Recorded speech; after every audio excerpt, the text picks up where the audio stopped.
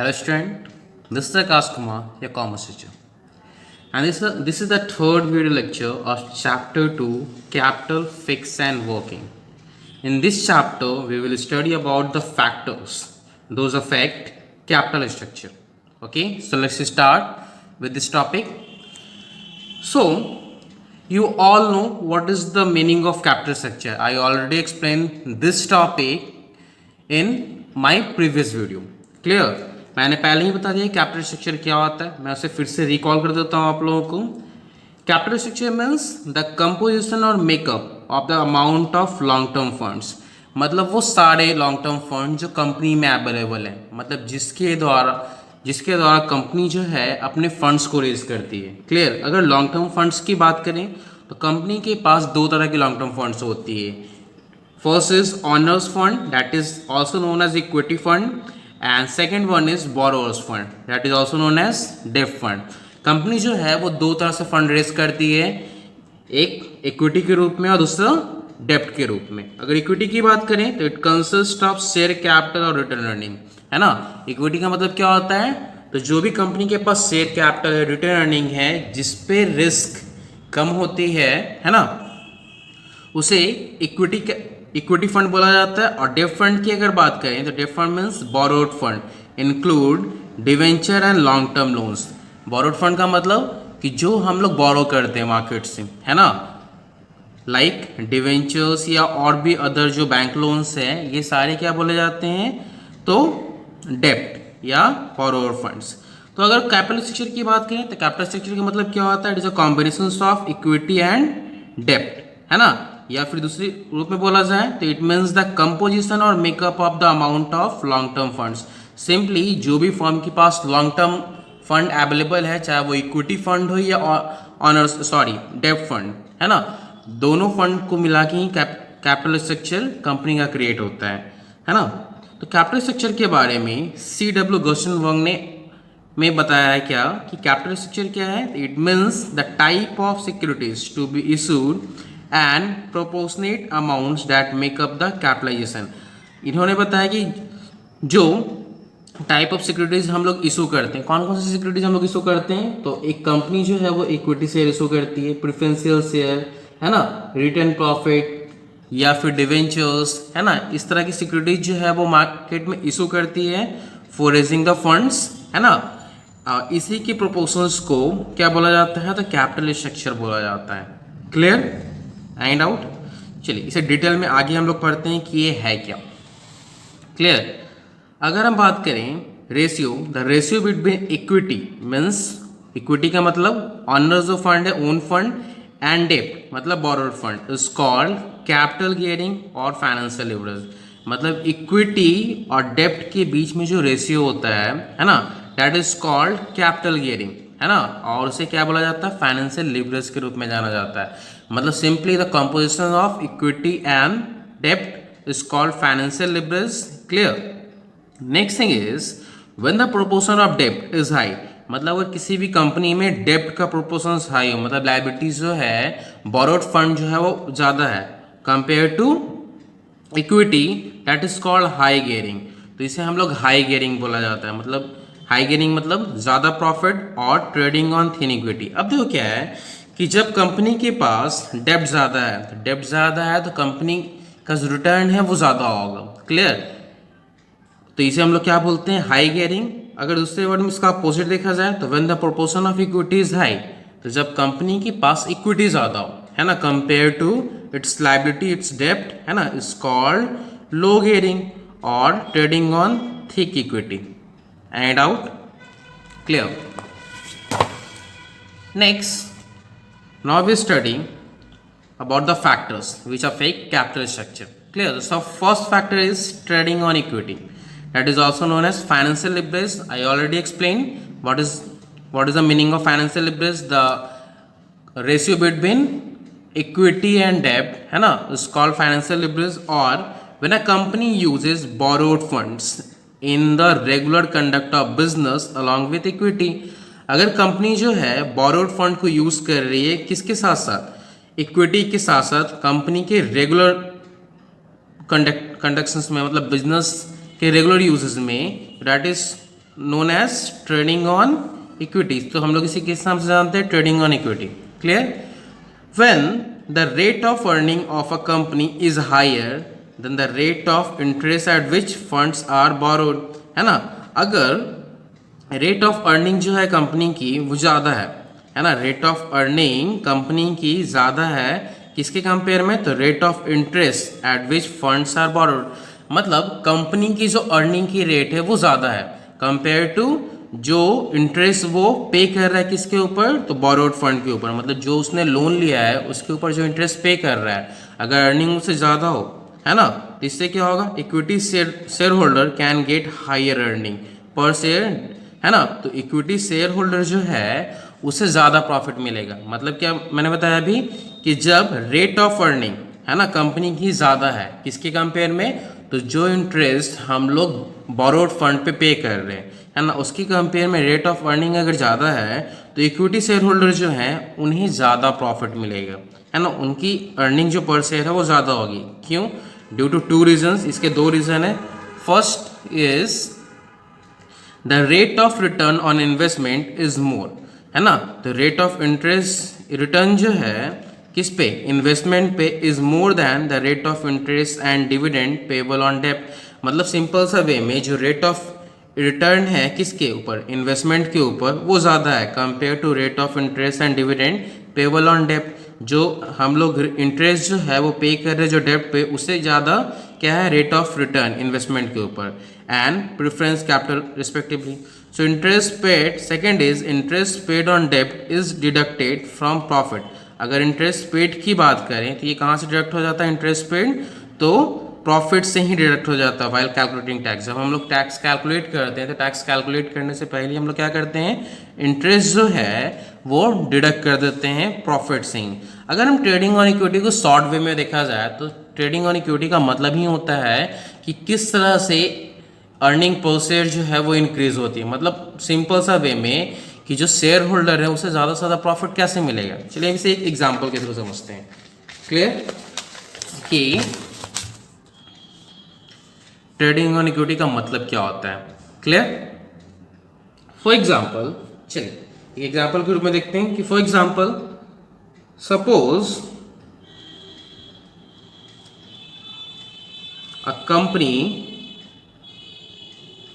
want to raise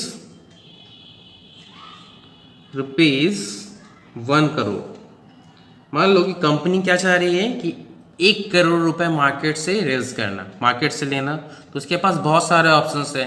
वो चाहे तो शेयर्स, इक्विटी शेयर इशू कर सकती है, प्रेफरेंशियल शेयर, डिविडेंड, है ना, ये सर इशू कर सकती है। तो अगर कंपनी को 1 करोड़ मार्केट से रेस करना है तो इसके लिए इसके पास बहुत ऑप्शन है। हम इसके लिए 2 अल्टरनेटिव लेके चलते हैं। ठीक है?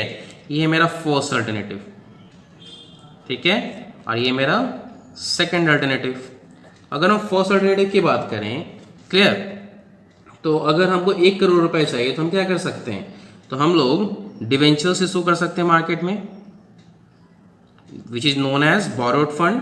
क्लियर? विच डिवेंचर इशू कर सकते हैं कितने का? तो 30 लाख रुपए का। क्लियर? उसके बाद प्रेफरेंशियल शेयर इशू कर सकते हैं। अब ये डिवेंचर्स क्या होता है, प्रेफरेंशियल शेयर्स क्या है, ये ऑलरेडी मैंने 11th में आप लोगों को पढ़ा दिया है। Clear?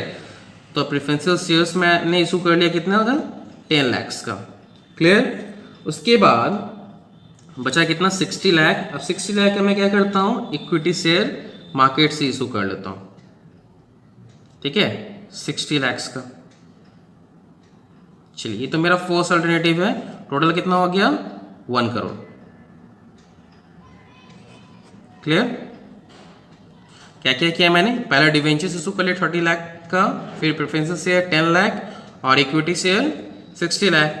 Debenture and preferential share is known as डेप्ट fund and this is known as equity fund. Clear? अब आते हैं सेकेंड अल्टरनेटिव की ओर। अगर हम सेकेंड अल्टरनेटिव की ओर देखा जाए तो हम यहाँ पे क्या करते हैं? तो हम लोग यहाँ डिवेंचर्स इशू कर लेते हैं। डिवेंचर्स कितने का? ₹10 लाख का। और बचा 90 लाख। 90 लाख का हम प्रेफरेंशियल शेयर ना इशू करके क्या करते हैं? इक्विटी शेयर इशू कर लेते हैं। कितने का? 90 lakhs का। क्लियर? ये भी टोटल हो गया 1 करोड़। क्लियर? अब यहाँ पे ये देखना है कि मैंने दो अल्टरनेटिव लिया है, तो इस दोनों अल्टरनेटिव में जो हमारे जो शेयर होल्डर है, मतलब जो इन्वेस्टर्स हैं, उनको प्रॉफिट किस में है, किस में ज़्यादा। अब देखो यहाँ पे मैंने फर्स्ट वाले में पहले ही बताया कि जहाँ पे डेफ फंड ज़्यादा होगा, है ना, मतलब जहाँ पे डेफ फंड ज़्यादा है ना, डेफ फंड के साथ साथ इक्विटी फंड भी इशू किए जा रहे हैं, तो उस जगह पे क्या होगा कि जो अर्निंग पर शेयर है वो ज़्यादा होगा। क्लियर? और जहाँ पे डेफ फंड मेरा कम है और इक्विटी फंड ज़्यादा है, तो वहाँ पे मेरा अर्निंग पर शेयर जो है वो कम होगा। क्लियर? कैसे? अब इसे मैं निकाल कर बताता हूँ कैसे। चलिए, तो इसे मान लेते हैं कंपनी ए और इसे मान लेते हैं कंपनी बी। क्लियर? चलिए कुछ और इंस्ट्रक्शन देते हैं। चलिए मान लीजिए कि दोनों तरह की फर्म में जो मेरा प्रॉफिट है वो कितना हो गया, दैट इज 20 lakhs इन दोनों तरह के। अगर मैंने फर्म ए के रूप में, है ना, ए कंपनी जो जिस तरह से फंड रेज कर रही है, इससे भी मुझे 20 लाख का प्रॉफिट हुआ, और बी फर्म जो है जिस तरह से फंड रेज कर रही है, इससे भी मुझे 20 लाख का प्रॉफिट हुआ। क्लियर? इसके बाद अगर देखा जाए तो जो रेट ऑफ इंटरेस्ट है, rate of interest on debenture, that is 12%, and the rate of dividend, rate of dividend on preferential share, clear, that is 14%, and then the earning per share for equity shareholder, है ना। आज अब मुझे क्या निकालना है इसके थ्रू कि पर शेयर अर्निंग कितनी होगी। चलो मान लेता हूँ कि मेरा टैक्स क्या है, टैक्स इक्वल टू 50%। क्लियर? चलिए अब दो कॉलम में बनाता हूँ यहाँ पे, एक कंपनी ए का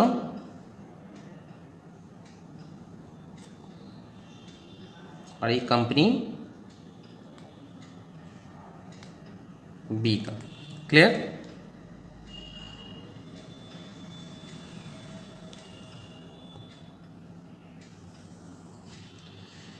चलिए अब दोनों तरह के फर्म में मेरा प्रॉफिट कितना हुआ। प्रॉफिट जो है, नेट प्रॉफिट बिफोर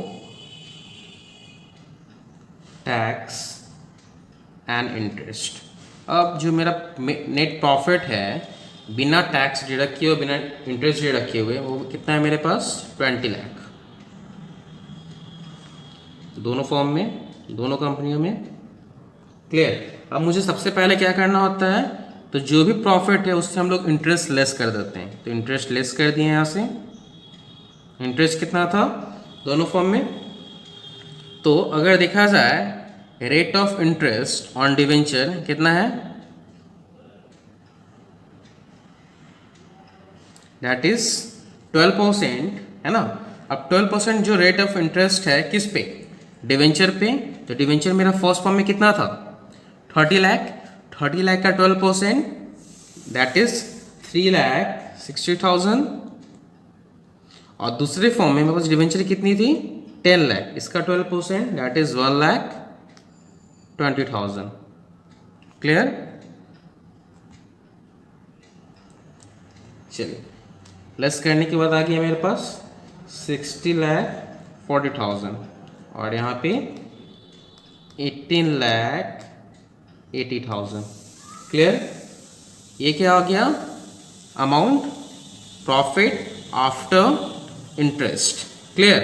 अब इसमें से क्या करना है, टैक्स की जो अमाउंट है वो लेस कर देना है। टैक्स कितना था, दैट इज 50%। ठीक है, चलिए इसका 50% कितना होगा, दैट इज 8,20,000 और इसका 50% 9,40,000। क्लियर? लेस कर दें यहाँ से। इसे लेस करने के बाद कितना आएगा, सेम 8,20,000 और यहाँ 9,40,000। 40,000। क्लियर? ये लेस करने के बाद अमाउंट आया, मतलब प्रॉफिट आफ्टर टैक्स। क्लियर? अब यहाँ पे क्या करना है, ये अमाउंट क्या आया, प्रॉफिट आफ्टर टैक्स। अब यहां से क्या करेंगे, तो लेस कर देंगे प्रेफरेंशियल शेयर पे जो डिविडेंड थी, डिविडेंड ऑन प्रेफरेंशियल शेयर कितना था, तो डिविडेंड केवल फर्स्ट वाले, सॉरी प्रेफरेंशियल शेयर केवल फर्स्ट वाले कंपनी में थी, तो कितना है 10 लाख, और इस पर डिविडेंड कितना है 14%। 10 लाख का 14% कितना होगा 1,40,000, और दूसरे फॉर्म में किसी तरह का प्रेफरेंशियल शेयर नहीं है, इसलिए ये ब्लैंक होगा। क्लियर? अब यहाँ लेस करने के बाद जो अमाउंट आएगा वो 6,80,000, और यहाँ पे क्या आएगा 9,40,000। क्लियर? ये जो अमाउंट आया क्या आया, profit after preferential share dividend. Clear? कितना प्रॉफिट आया, फर्स्ट फॉर्म में 6,80,000 और सेकेंड फॉर्म में 9,40,000। देखो एक बार मैं फिर से समझा देता हूँ इससे, कि कंपनी को 1 करोड़ रेज करना था, तो इसके पास दो तरह के और भी अल्टरनेटिव्स हैं, लेकिन इसने दो तरह के अल्टरनेटिव को फॉलो कर रहा हूँ। कि फर्स्ट फॉर्म जो है, फर्स्ट कंपनी जो है, उसने क्या किया, 30 लाख का डिवेंचर्स, 10 लाख का प्रेफरेंस शेयर और 60 लाख का इक्विटी शेयर्स इशू किया। और सेकेंड फॉर्म जो है, इसने 10 लाख का डिवेंचर और 90 लाख का इक्विटी शेयर्स रेज किया मार्केट से। क्लियर? दोनों तरफ से 1 करोड़ रुपए मार्केट से रेज हुए। प्रॉफिट जो है दोनों फॉर्म में वो कितना हुआ 20 lakh. Rate of interest debenture पे कितना है 12%, rate of dividend on preferential share that is 40%, है ना। और टैक्स मैंने मान लिया 50%, आप कुछ भी मान सकते हो, टैक्स मैंने मान लिया 50%। क्लियर? अब मुझे ये देखना है कि मेरा अर्निंग पर शेयर क्या होगा। Earning per share equal to what, मतलब एक शेयर होल्डर को, एक इन्वेस्टर्स को कितना अर्निंग होगा। क्लियर? कितना मिलेगा। तो अगर हम दोनों तरह की कंपनी की बात कर ले, तो दोनों तरह की बिफोर टैक्स प्रॉफिट कितना है 20 लाख। मैंने क्या किया, इंटरेस्ट वहां से लेस कर दिया। किस इस पे इंटरेस्ट, तो जो इंटरेस्ट डिवेंचर पे था, देखो डिवेंचर मैंने फर्स्ट फॉर्म में 30 लाख का लिया था, तो इस पर इंटरेस्ट 12%, 3,60,000, और सेकेंड फॉर्म में 10 लाख का था, डैट इज 1,20,000। लेस करने के बाद 60,40,000 आया और 18,80,000। ठीक है? अब यहाँ से क्या करते हैं, इंटरेस्ट लेस करने के बाद टैक्स लेस कर देते हैं।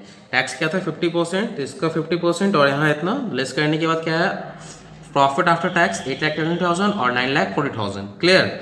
अब यहाँ से क्या लेस करेंगे, लेस प्रेफरेंशियल शेयर पे जो डिविडेंड था। तो फर्स्ट फॉर्म जो है, फर्स्ट कंपनी, वो केवल प्रेफरेंशियल शेयर इशू कर रही है 10 लाख का, इसका 14%। क्लियर? कितना हो गया 1,40,000, और सेकेंड फॉर्म जो है वो प्रेफरेंशियल शेयर इशू नहीं कर रही है, इसलिए खाली रह गया। अब इसके बाद लेस करने के बाद जो अमाउंट है वो क्या आया, profit after preferential share dividend, है ना। प्रॉफिट जो है वो प्रेफरेंशियल शेयर डिविडेंड लेस करने के बाद जो प्रॉफिट मेरे पास बचा, फर्स्ट फॉर्म में 6,08,000 और नेक्स्ट फॉर्म में 9,40,000। क्लियर? अब मुझे निकालना है अर्निंग पर शेयर क्या होगा। Clear? Earning per share equal to क्या होता है, तो प्रॉफिट्स आफ्टर प्रेफरेंशियल डिविडेंड जो हम लोगों ने अभी निकाला, और next number of equity shares. ठीक है? अब कंपनी ए के लिए देखते हैं। कंपनी ए के लिए अगर अर्निंग पर शेयर निकालना हो, तो प्रॉफिट आफ्टर प्रेफरेंशियल डिविडेंड कितना आया फर्स्ट कंपनी में, तो डैट इज 6,80,000। ठीक है?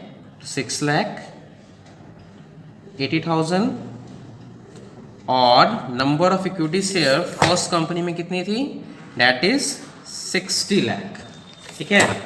तो डैट इज 60 लाख, है ना। इससे रिड्यूस करने के बाद मेरे पास कितना आया 1.13, ये आया मेरा earning per share in first company. Clear? अगर कंपनी 2 में अगर देखा जाए, कंपनी बी यहाँ पे मुझे अगर अर्निंग पर शेयर निकालना हो तो यहाँ पे प्रॉफिट कितना आया था आफ्टर डिविडेंड, दैट इज 9,40,000, 9,40,000। और यहाँ पे इक्विटी शेयर मेरे पास कितनी थी, that is 90 lakh. Clear, 90 lakh. Clear, इसे रिड्यूस करने के बाद जो मेरे पास आया that is 1.04 earning per share. आप देख सकते हो कि जिस फॉर्म में मैंने डेफ फंड ज़्यादा रेज किया है ना, उस फंड की जो अर्निंग पर शेयर है वो ज़्यादा होगी, और जिस फॉर्म में डेफ फंड कम रेज किया गया मार्केट से, उस फॉर्म की जो अर्निंग पर शेयर है वो कम होगी। Clear, any doubt? चलिए अब इससे आगे बढ़ते हैं। सो आई होप समझ में आ गया। और ट्रेडिंग ऑन इक्विटी क्या होता है? Trading on equity means financial leverage. मतलब हम लोग यहाँ पे देखते हैं क्या कि अर्निंग पर शेयर, मतलब शेयर होल्डर को इन्वेस्टमेंट जो है, जो इन्वेस्टमेंट कर रहे हैं इन्वेस्टर्स जो हैं, उनको प्रॉफिट ज़्यादा से ज़्यादा कैसे होगी। क्लियर, ये मैंने बता दिया कि जो फर्म जो है वो डेफ फंड ज़्यादा रेज करती है मार्केट से और इक्विटी फंड कम, उस फर्म में जो इक्विटी अर्निंग पर शेयर है वो ज़्यादा होगी कंपेयर टू दोज फर्म जो डेफ फंड कम रेज कर रही है और इक्विटी फंड ज़्यादा। क्लियर। अगर नेक्स्ट फैक्टर की बात करें, next factor is exercise of control. अब एक्सरसाइज ऑफ कंट्रोल की बात करें तो in a company equity share holders have voting right. मैंने पहले ही आपको 11 में बताया है कि जो इक्विटी शेयर होल्डर्स होते हैं उनके पास वोटिंग राइट होती है, and therefore control of the company lies in their hand. जिस कारण से जो शेयर होल्डर होते हैं, इक्विटी शेयर होल्डर होते हैं, उसके पास कंपनी का कंट्रोल होता है क्योंकि उसके पास वोटिंग राइट है। And if the promoter of the company want to retain control in their own hand, अगर प्रमोटर जो है वो चाहते हैं कि कंट्रोल अपने हाथ में लेना, तो वो क्या करेंगे, तो they may not issue additional equity shares to the public. तो अगर वो चाहते हैं कि कंट्रोल उनके हाथ में हो तो कंपनी क्या करेगी, तो मार्केट में इक्विटी शेयर इशू नहीं करेगी। Clear. In such a case more fund can be raised bye issuing debenture and preferential share. इस केस में क्या होगा कि जो फर्म है अगर उसे फंड रेज करना हो तो वो किस तरह से रेज करेगी, डिवेंचर्स या प्रेफरेंशियल शेयर के द्वारा। This factor is particularly important in closely held companies whenever promoter have low share holding. अब देखो ये जो टेक्निक है वो कहाँ यूज किया जाता है, जब प्रमोटर चाहते हैं कि मेरे पास जो है कंट्रोल कंपनी का मेरे पास हो, तब ये चीज़ें यूज किया जाता है। तो मतलब एक्सरसाइज ऑफ कंट्रोल अगर की बात करें तो एक्सरसाइज ऑफ कंट्रोल अगर कंपनी अपने हाथ में रखना चाहती है तो इस कंडीशन में क्या करेगी कि वो इक्विटी शेयर कम इशू करेगी और डिवेंचर्स और प्रेफरेंस शेयर ज़्यादा इशू करेगी। क्लियर। नेक्स्ट से need for flexibility, need for flexibility. So a good capital structure should be flexible. अगर कैपिटल स्ट्रक्चर की बात करें तो एक अच्छा कैपिटल स्ट्रक्चर वही हो सकता है जो फ्लेक्सिबल हो, मतलब so that adjustment can be made whenever the need arise. मतलब जब भी मार्केट में कुछ चेंजेस हो रहा है उसके अकॉर्डिंग हम लोग क्या कर सकते हैं, अपने कैपिटल स्ट्रक्चर को एडजस्ट कर सकते हैं। Clear. Debenture and preferential shares can be paid of whenever the company feel necessary. अब देखो कंपनी क्या है कि कंपनी को जब भी लगता है कि नहीं मुझे डिवेंचर्स और प्रेफरेंशियल शेयर को पे करना है, तब कंपनी क्या कर सकती है, डिवेंचर और शेयर होल्डर और प्रेफरेंशियल शेयर होल्डर को पे कर सकती है। But equity share holder can not be paid of during the life time of a company. But ये मैंने आपको बताया है पहले कि जो इक्विटी शेयर होल्डर होते हैं वो किसी भी कंपनी के परमानेंट मेंबर होते हैं, लाइफ टाइम मेंबर होते हैं।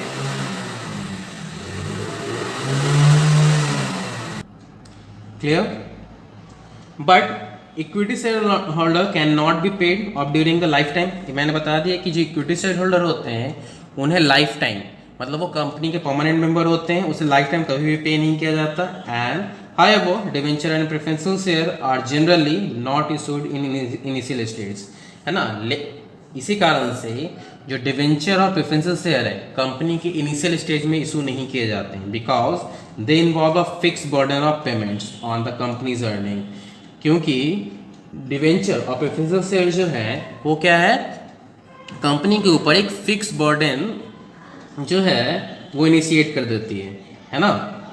While raising debt, the company should ensure that there are minimum restrictions in loan agreement. Company जो है स्टार्टिंग, जब कंपनी का इनिशियल स्टेज होता है तो कंपनी क्या चाहती है कि वो लोन तो ले बट कम से कम मिनिमम रिस्ट्रिक्शन के साथ। डैट मीन्स कि अगर बात करें यहाँ पे नीड फॉर फ्लेक्सिबिलिटी की, तो जो इक्विटी शेयर होल्डर्स हैं वो जो है परमानेंट मेंबर्स होते हैं, जबकि डिवेंचर और प्रेफरेंस शेयर जब भी कंपनी चाहे उसे पे करके हटा सकती है। Clear.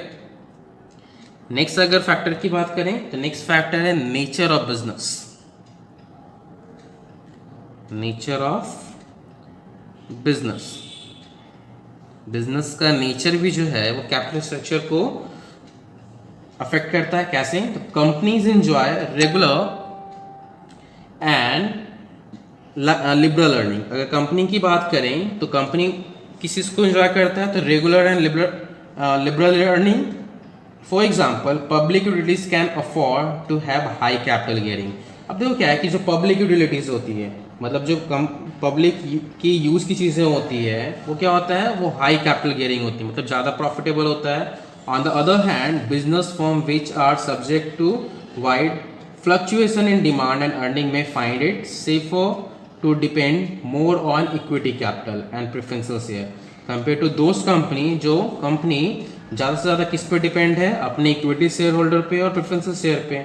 So new and external firm may find it more difficult to issue debenture and preferential share. अभी मैंने आपको बताया कि जो न्यू फर्म होती है उसको डिफिकल्ट होता है किस चीज़ों में, तो डिवेंचर्स और प्रेफरेंशियल शेयर को इशू करने में, than well established and growing company compared to those company जो क्या है, well established है, growing company है।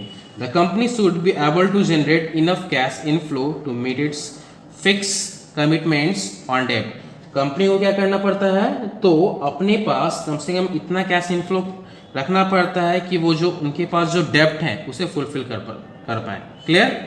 सो नेचर ऑफ बिजनेस भी जो है वो क्या करती है, कंपनी के कैपिटल स्ट्रक्चर को इफेक्ट करती है। नेक्स्ट है cost of financing. Cost of financing.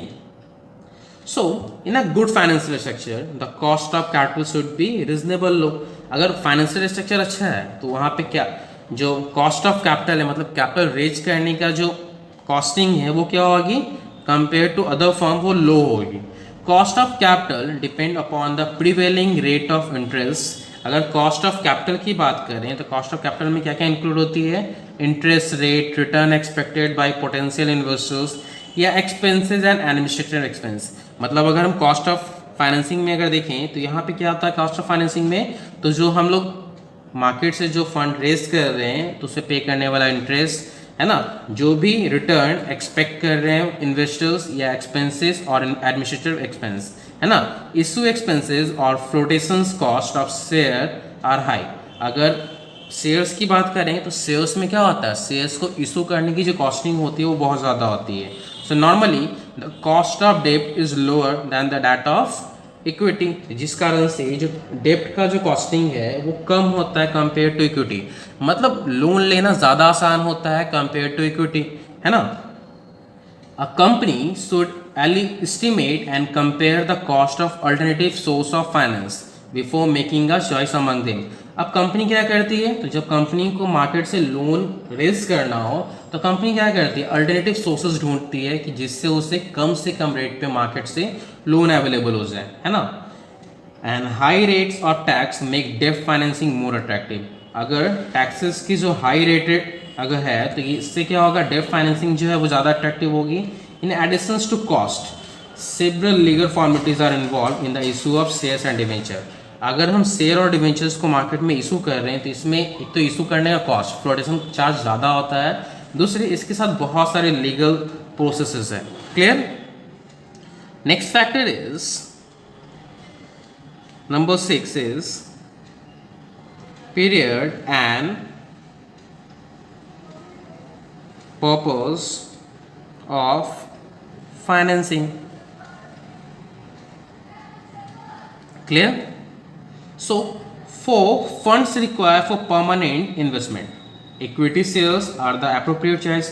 अगर फर्म चाहती है कि उसके पास परमानेंट फंड आ जाए, मतलब ऐसा इन्वेस्टमेंट हो जाए जो कभी उसे लौटाना ही नहीं पड़े, तो उसके लिए क्या होगा कि उसके लिए period and purpose of financing अभी बताया मैंने आपको कि अगर कंपनी चाहती है कि वो परमानेंट इन्वेस्टमेंट चाह रही है कंपनी, तो उसके लिए सबसे अच्छा सोर्स क्या होगा फंड रेज करने का, equity shares. But debenture and preferences are preferable for medium term finance. अगर हम कंपनी चाहती है मीडियम टर्म फाइनेंस रेज करना मार्केट से, तो उसके लिए प्रेफरेंशियल से और डिवेंचर सबसे अच्छा सोर्स होता है कंपनी के लिए. मॉडर्नाइजेशन एंड एक्सपेंशन प्रोग्राम में बेटर है ना be finance through preferential and debenture. अगर कंपनी चाहती है मॉडर्नाइजेशन करना या अपने प्रोग्राम को एक्सपेंड करना, तो इसके लिए कंपनी के पास सबसे अच्छा ऑप्शन होता है प्रेफरेंशियल शेयर या डिवेंचर्स का, है ना. Finance needed for expansion of capacity, है ना, and be raised through fixed charge securities as expansion, है ना. अगर फाइनेंस की नीड की बात करें तो फाइनेंस की नीड क्यों होती है, तो जब फर्म जो है वो एक्सपेंशन चाहती है अपनी कैपेसिटी का, मतलब कंपनी जो है वो कोई भी फर्म जो है अपनी कैपेसिटी को एक्सपेंड करना चाह रही है, तो उसके लिए फाइनेंस ज़्यादा ज़रूरत है ना. And charge securities as expansion is likely to increase the earning capacity of the company. Clear? Next factor की अगर बात करें, that is capital market conditions. Clear? Capital market condition की अगर बात करें तो the state of capital market influence the choice of securities to be issued. अब कैपिटल मार्केट जो है वो किसके द्वारा इन्फ्लुएंस होती है, तो आप कौन सा सिक्योरिटीज चूज करते हो मार्केट में इशू करने के लिए. अगर हम बूम पीरियड की बात करें तो बूम मैंने बताया था कि बूम पीरियड क्या होता है ना, बूम और बेयरिश मार्केट क्या होता है. ठीक है, अगर हम बूम पीरियड की बात करें, during boom investors are willing to take risk and invest in equity share. वैसे जो इन्वेस्टर जो रिस्क गेन करना चाहते हैं, है ना, वो क्या करते हैं इक्विटी शेयर्स में पैसे लगाते हैं. But in a bearish market, but वैसा मार्केट जो बेयरिश मार्केट है ना, और down swing investor prefer safe investment. और बेयरिश मार्केट की बात करें या फिर जो डाउन स्विंग इन्वेस्टर्स हैं, मतलब जो रिस्क गेन नहीं करना चाहते हैं, वो क्या चाहते हैं कि सेफ इन्वेस्टमेंट, है ना, जहाँ पे उनका पैसा डूबे नहीं. So therefore preferential share and debentures carrying a fix rate of return are likely to be more marketable in a, है ना, डेप्रिसिएशन. अब बात करें कि वैसा इन्वेस्टर जो रिस्क लेना चाहता है उसके लिए इक्विटी शेयर ज़्यादा अच्छा है, और वैसा इन्वेस्टर जो रिस्क गेन नहीं करना चाहता है उसके लिए क्या है, तो उसके लिए डिवेंचर्स और प्रेफरेंशियल शेयर ज़्यादा अच्छा ऑप्शन है. क्लियर? नेक्स्ट है स्टैच्यूटरी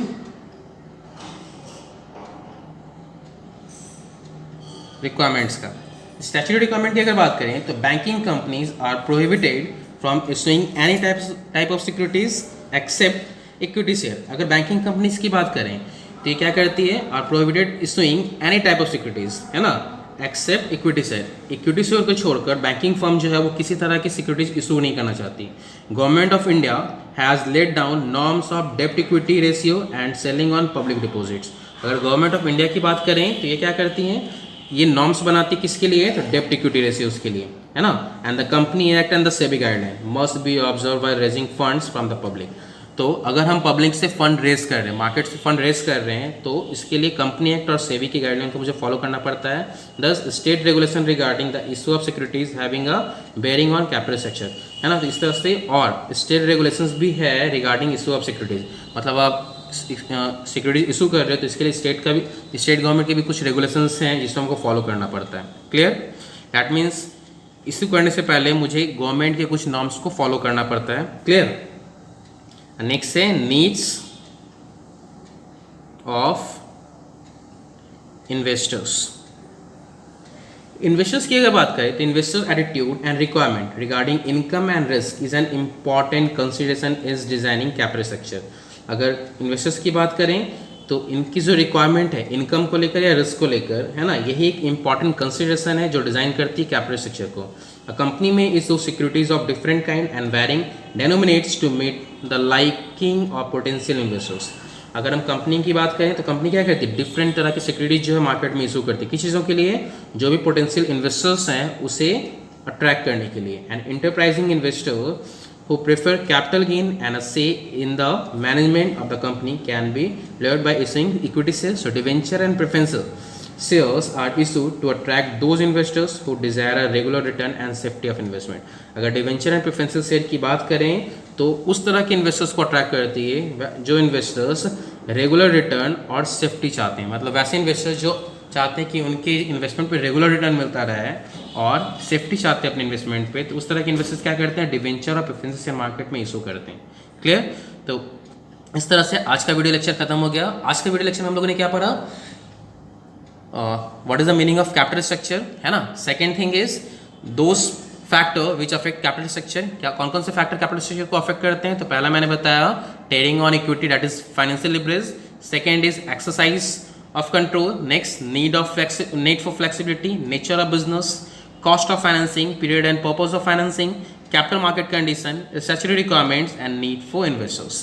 Clear? तो इसके साथ साथ आज का टॉपिक क्लियर होता है। Okay, thank you.